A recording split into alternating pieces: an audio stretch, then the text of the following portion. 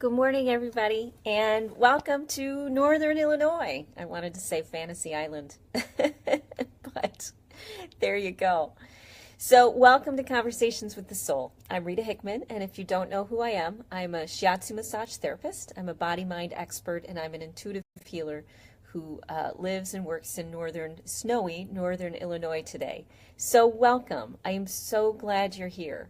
So, good morning, Kara. Nice to see you. So today's topic and this whole week's topic is going to be on self-care.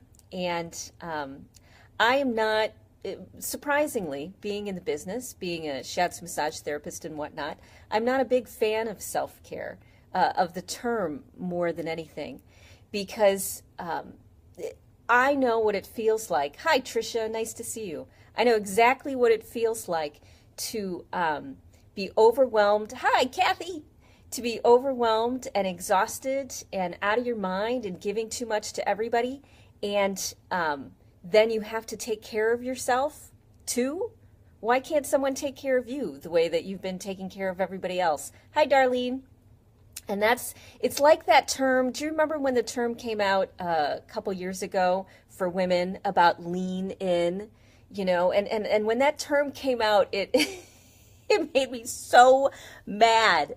Because leaning in to me meant like, what do you think we've been doing this whole time? We've been leaning in. We aren't narcissistic, selfish, self-absorbed people. Those are the people that are surrounding us.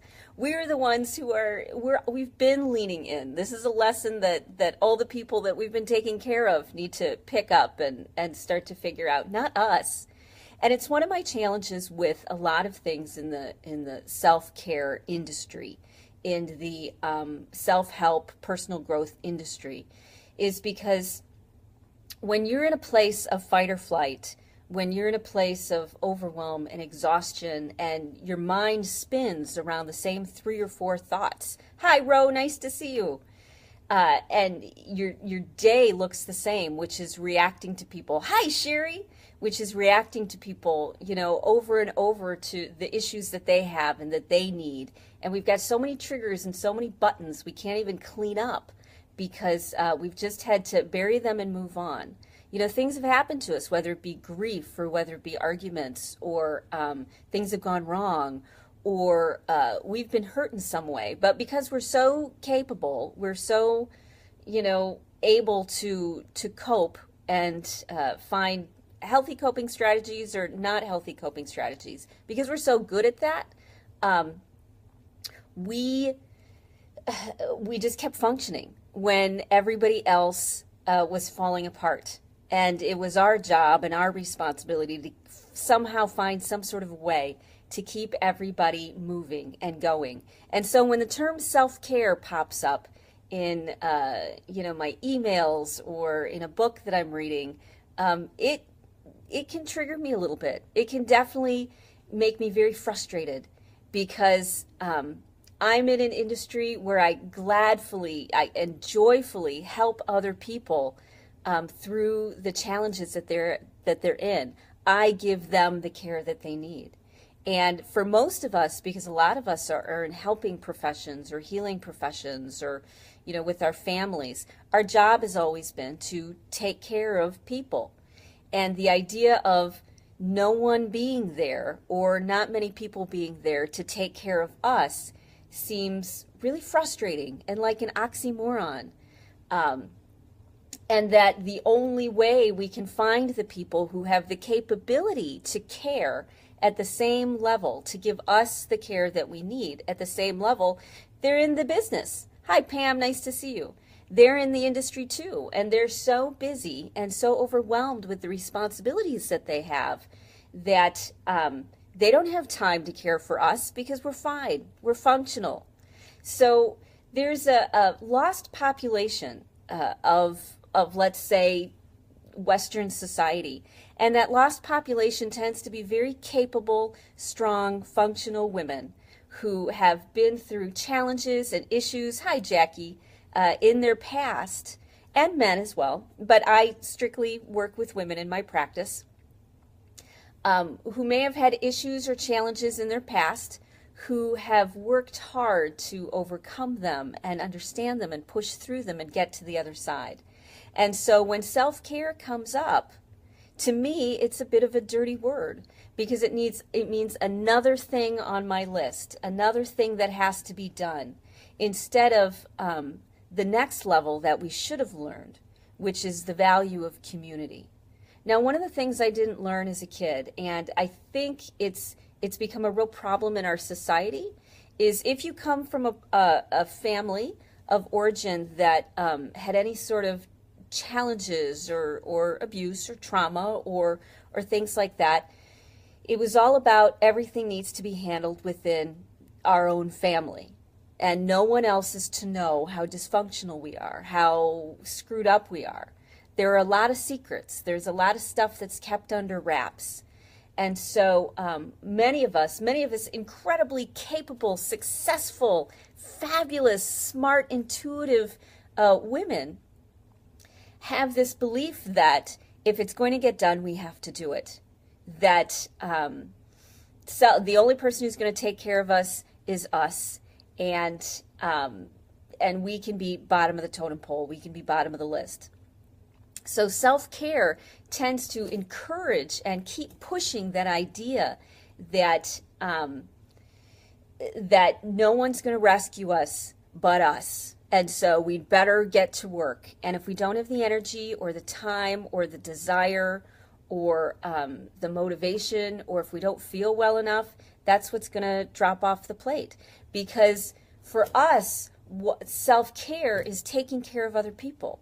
Because taking care of other people is what brings us joy and happiness, except that we don't get that reciprocity. We don't get things coming back, flowing into us. And then we end up in this downward spiral. So one of the beliefs we're going to work on today is the idea that you are not alone. You know, look at all of the sexual harassment and all of the issues which have been coming out. You know, they've been suppressed for a long time. All of these secrets, all of these things which have happened to each other, we're scared. It's very uncomfortable for us to be in a loving, supportive, intimate, caring community and or family. It's uncomfortable. It's unfamiliar. We don't know how to navigate the waters. We don't know how to deal with our emotions with us, and a lot of us don't trust other women. Women who are the ones who have this amazing capability to give. We don't trust them because we've been hurt in the past and let down and betrayed so many times by other people. So one of the things that will help you, hi Phyllis, that will help you get to another step this week is realizing that self-care doesn't mean that you have to be the one to take care of yourself, because if you don't, then nobody else is going to care whether you're in a good mood or a bad mood. One of the things that we do is we reach out to people who are in our lives, and the people in our lives tend to be the ones who are incapable of taking care of us. Because we're so good at taking care of other people, we end up surrounded by people who need taking care of.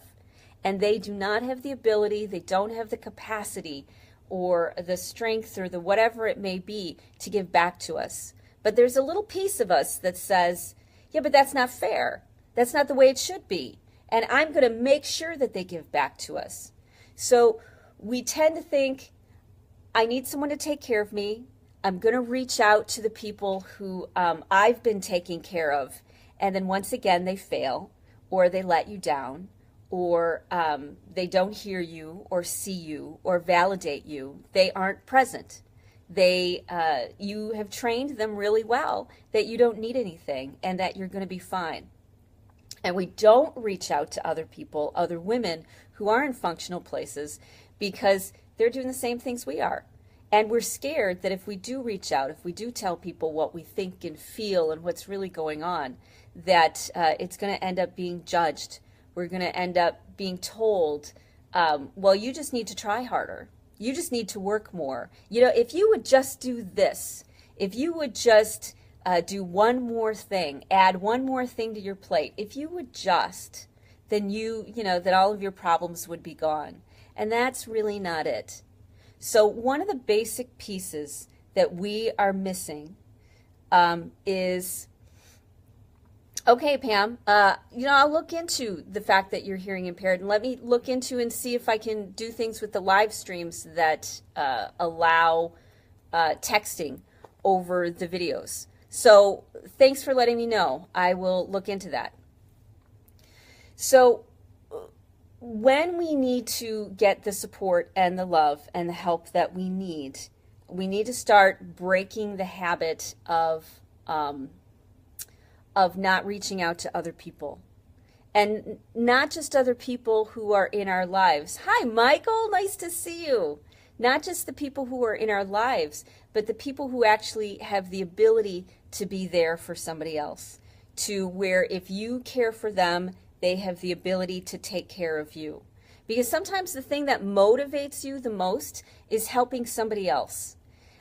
Helping someone else get through their challenges is what gets us out of bed in the morning.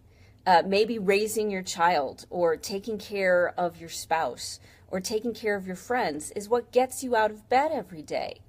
So when you find other people where that's their goal too, that's what they love to do, is to take care of the people that they care about, that's who you need to look for. So when you hear the word self-care, don't just, like I do, get annoyed and irritated and shut down to it. Sometimes, and a lot of times, self-care isn't doing another thing for yourself. It's about finding somebody who can care for you, and you can do this reciprocity. So I've been reading this book on success. Good morning, Judy. Nice to see you. I've been reading this book on success, and one of the things it talks about is givers.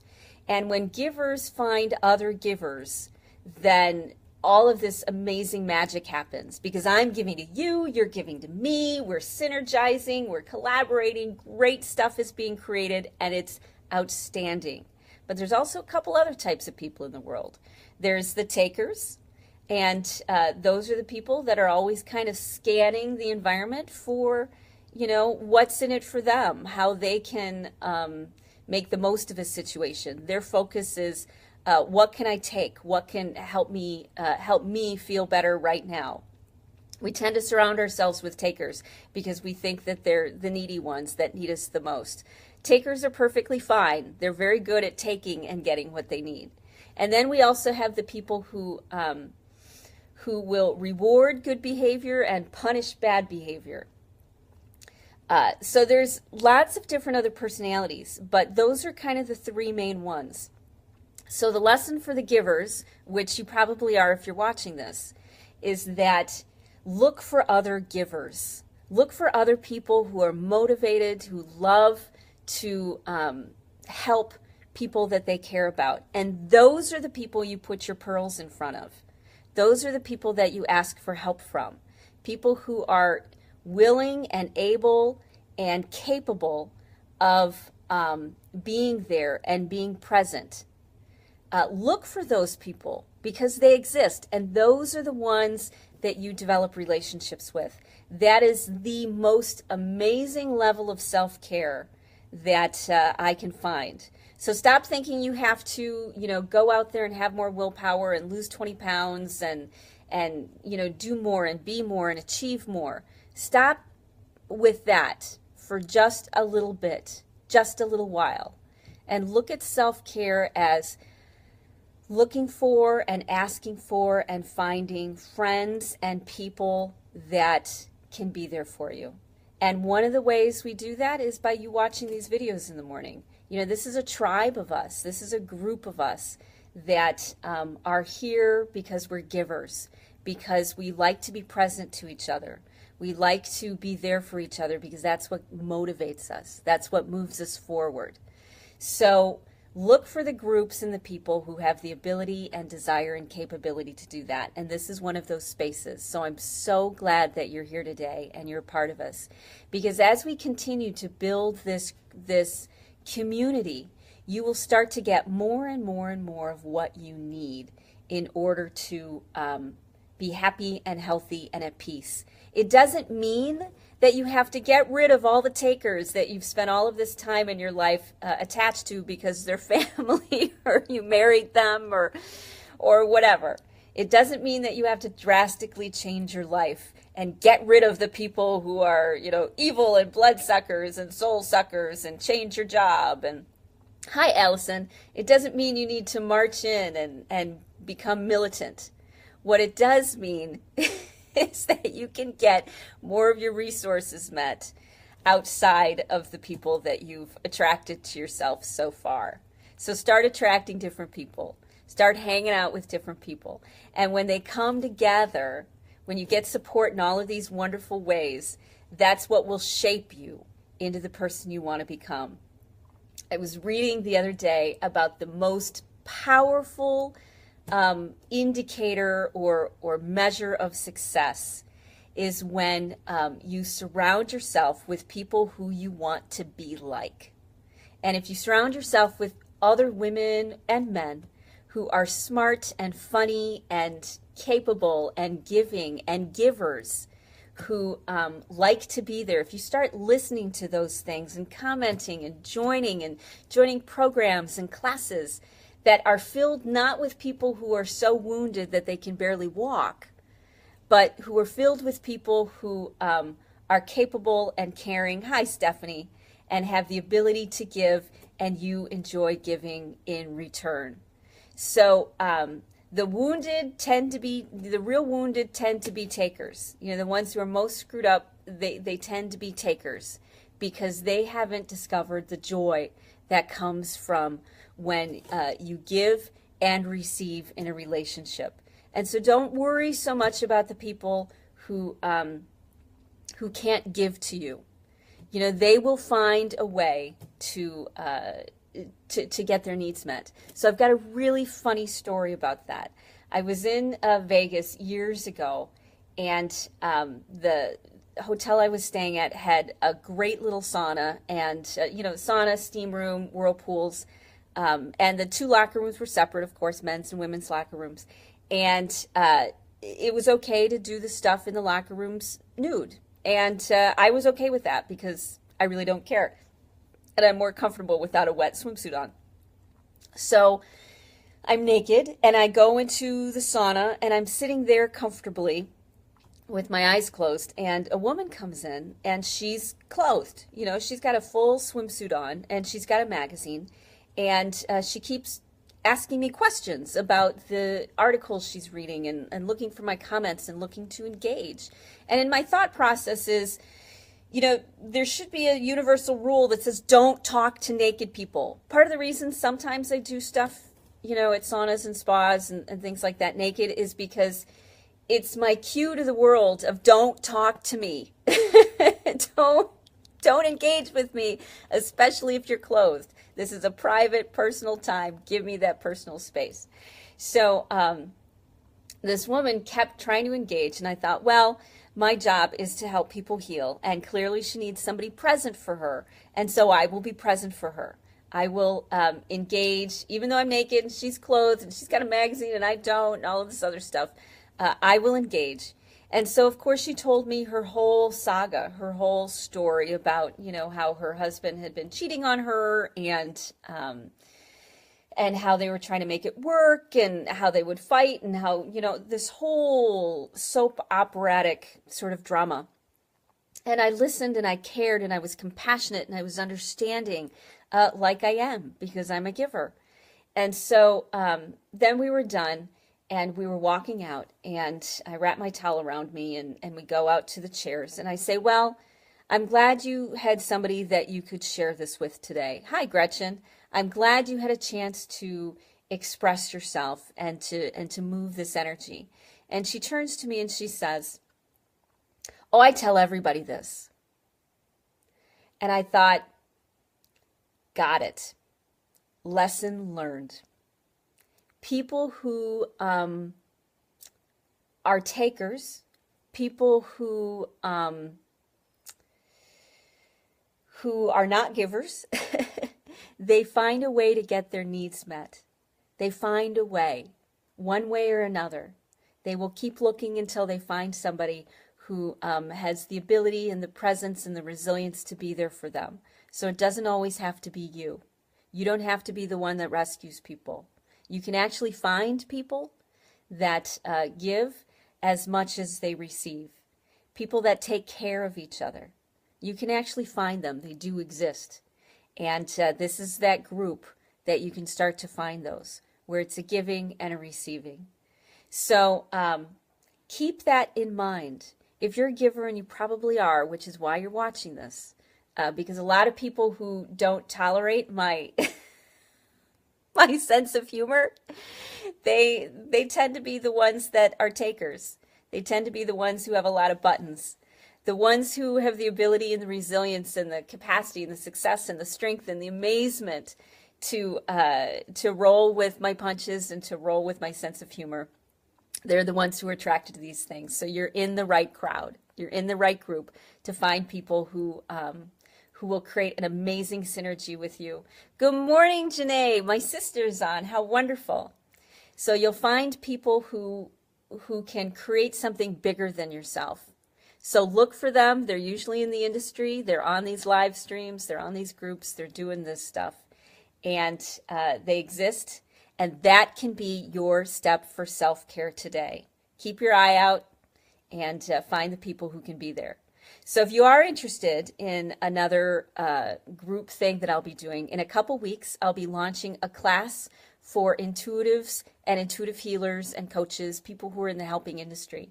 And if you're like me, because of the drama and trauma in life that I've had, my intuition was really messed up for a long time because I didn't know if it was my trigger or if I didn't know it was my intuition. And over the last, let's say 15 years, I've really figured out how to fine tune and hone in on intuition so that I am super confident and have a right to be super confident about my intuition and what I think and what I believe. And I'm confident in a way that isn't delusional. I'm confident in a way that has some checks and balances in place that allows you to really have amazing intuition and always feel comfortable and confident with whatever choice that you make. So I'll be launching that in a couple weeks. Keep your eyes open. And it'll be only 10 women, because I'm only going to work with women.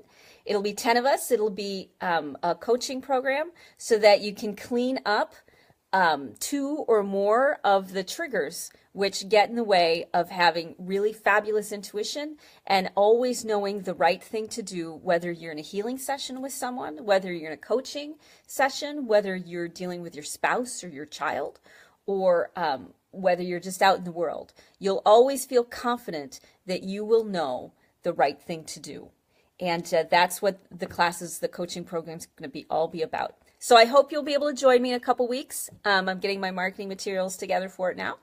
And I hope you have a great rest of the day, because guess what? You are on the right track. You're doing the right thing, and you're going to get to a place where you feel level, comfortable, confident, peaceful, and you are out of the fight or flight that so many of us have been in for so long. We're going to break that pattern, and we're going to do it together. So keep on track, and I'll see you tomorrow with another topic on self-care. Have a great day. Bye. Oh, it's not finishing.